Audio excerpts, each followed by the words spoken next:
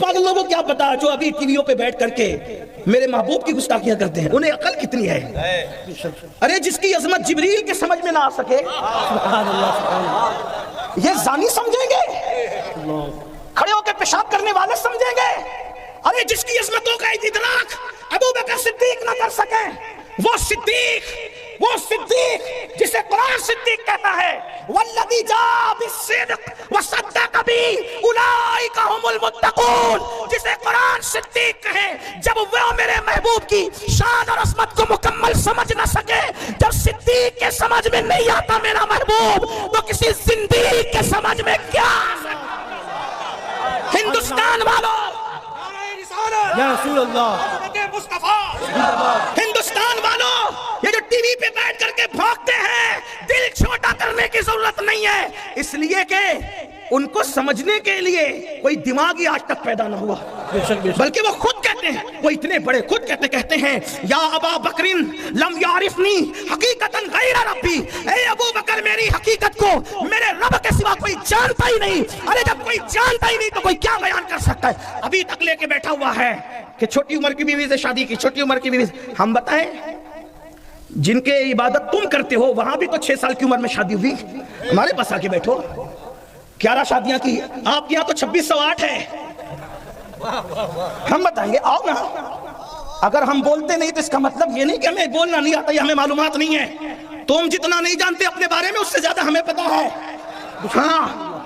بڑے آئے عورت کے محافظ بننے والے جوؤں میں ہارتے رہے،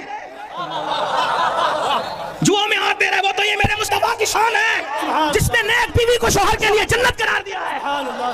یہ میرے مصطفیٰ کی شان ہے۔ توجہ کریں، مصطفیٰ جان رحمت نے بیوی کو اتنا بلند کیا ہے کہ رسول اللہ کے بیٹوں کے بستر پہ قرآن نازل ہوا، اس کی تشریح نہیں ملتی، رسول اللہ کی اولاد کے بستر پہ قرآن نازل ہوا، اس کی تشریح ہمیں نہیں ملتی، لیکن بیوی کو نبی نے اتنا بلند کیا ہے کہ نبی کی بیوی کے بستر پہ قرآن نازل ہوتا ہے، اور اس بیوی کو عائشہ صدیقہ کہتے ہیں۔ اسی لیے ہم کہتے ہیں لوگ عائشہ پہ کیا بھونکتے ہیں، لوگوں کو پتا ہونا چاہیے بستر عائشہ رشک دور ہے، رشک دور، اس لیے کہ دور پر موسیٰ جاتے ہیں، عائشہ کے بستر پہ جانے موسیٰ تشریف لاتے ہیں، اور دور پر توریت آتی ہے اور بستر عائشہ پر اللہ کا قرآن آتا ہے۔ سبحان اللہ، نعرہ تکبیر۔ ہم امن والے لوگ ہیں، ہم کوئی فساد نہیں چاہتے، اس لیے ہم خاموش ہیں، لیکن اگر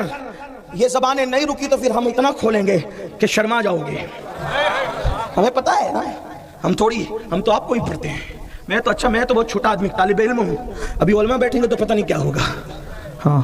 ہمارے یہاں جو ہے نیک بیوی جنت ہے شوہر کے لیے، اور وہ بیوی سے پہلے بیٹی بنتی ہے، بیٹی جنت ہے باپ کے لیے، بیٹی رحمت ہے باپ کے لیے۔ ہاں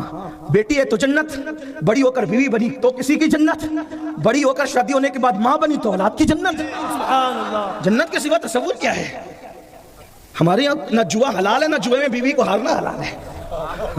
ہم نے نہیں ہارا کبھی، کیونکہ ہمارے یہاں تو پیسہ بھی ہارنا جائز نہیں، جسے ہم ہاتھ کا میل کہتے ہیں وہ بھی ہارنا جائز نہیں ہے۔ ہاں لیکن ہم بھی منہ میں زبان رکھتے ہیں، لیکن اتنا ہے کہ بس بات اتنی ہے کہ کتا انسان کو کاٹتا ہے پلٹ کر، انسان کتے کو نہیں کاٹتا،